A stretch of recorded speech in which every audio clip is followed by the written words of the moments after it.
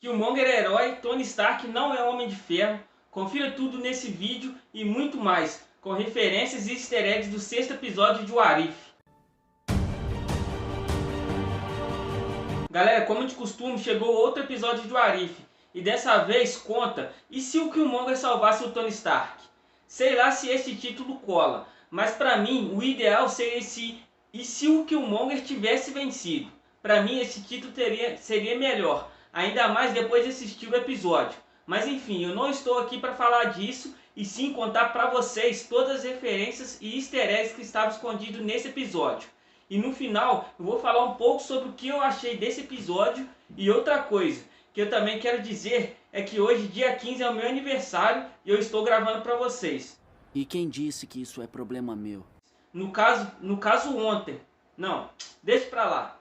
Enfim, deixa o like aí de presente pra mim, se inscreve no canal e galera, vai ter muito spoiler desse episódio. Estão preparados? Então vamos nessa. Homem de Ferro. Com uma premissa simples, o episódio já começa recriando algumas cenas de Homem de Ferro, alterando significativamente os eventos que levariam o Tony Stark a virar um dos heróis mais poderosos do UCM. Aqui, ele é rapidamente salvo pelo Killmonger, e isso acaba comprometendo toda a franquia do herói. E o episódio mostra claramente como o filme é subvertido. Uma versão do Tony Stark que nunca aprende a ser uma pessoa melhor e ainda acaba trazendo o Killmonger para perto de si, sem saber dos propósitos malignos desse seu novo aliado. Com esse episódio nós vemos como Tony Stark, apesar de muito inteligente, seria facilmente manipulado e enganado por outras pessoas, mostrando que realmente ele se tornou uma pessoa muito melhor após ter sido capturado pelos soldados dos 10 Anéis. Christine Everhart. Nos primeiros minutos, vemos vários personagens importantes para a saga do Homem de Ferro, como a Pepper, o Rap e também o James Rhodes. Porém, uma figura bem estranha que aparece por pouco tempo é a Christine Everhart, que é uma jornalista.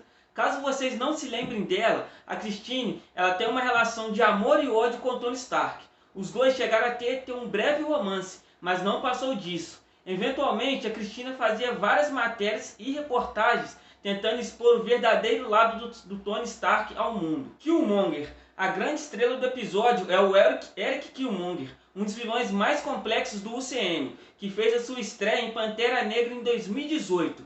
O episódio imagina o que aconteceria se ele tivesse dado as caras 10 anos antes.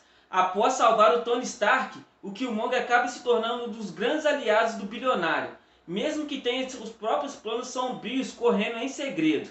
Eventualmente, tudo isso não passa de um plano para retornar a seu lar, Wakanda, e tomar o poder como ele fez no filme. Porém, o Arif dá tudo certo para o vilão. Gul'dan. Durante o episódio, o Killmonger acaba dando ao Tony Stark os planos para construir um exército de drones inteligentes. E isso acaba lembrando bastante o plot de Homem de Ferro 2, já que os vilões do filme fazem exatamente isso com a tecnologia do Justin Hammer. Contudo, o que chama atenção aqui é o visual dos robôs. Inclusive, uma menção de que os robôs parecem ter saído do anime Gul'dan. O próprio Killmonger diz que é fã de animes, e isso é uma referência direta ao ator Michael B. Jordan, que é apaixonado por animes e mangás. E se reparar bem, galera, a roupa dele lembra muito a do Vegeta. Ulysses Klaue. O vilão também aparece nesse episódio. O mercenário que foi apresentado pela primeira vez lá em Vingadores Era de Ultron e depois retornou para cometer mais crimes em Pantera Negra, aqui o vilão tem um papel parecido com o de Pantera Negra.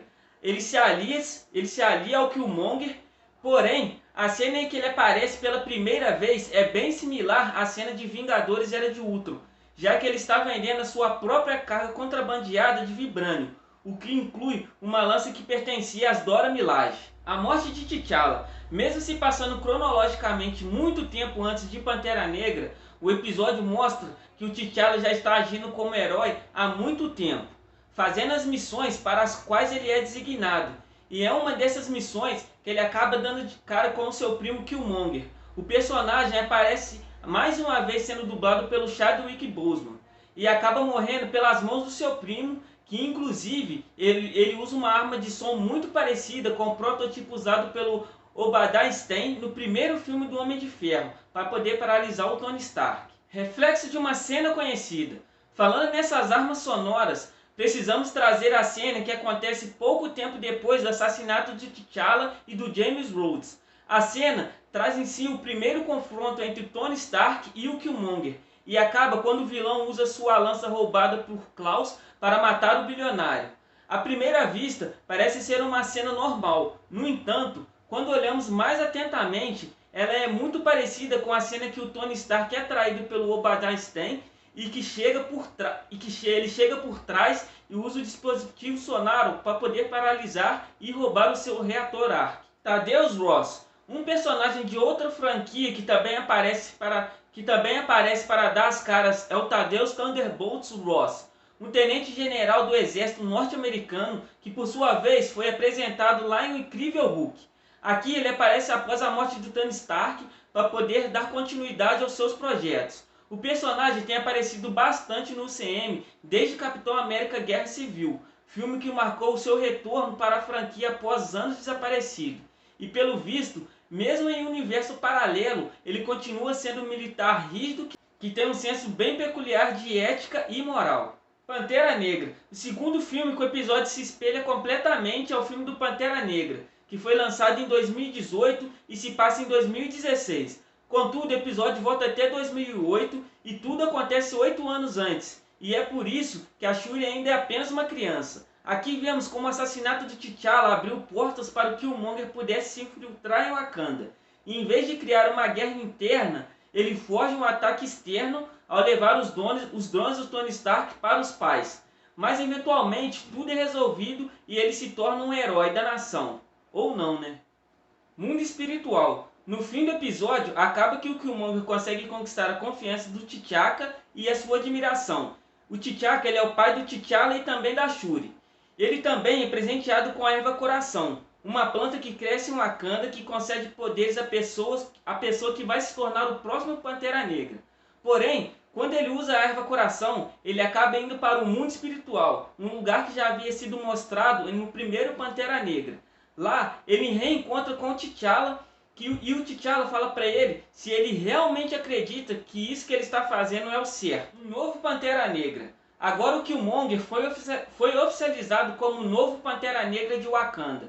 Em vez de usurpar o trono como ele fez no filme, ele assumiu o trono legitimamente através do duelo. E ele é chamado pelo próprio rei de Wakanda para ser o seu sucessor.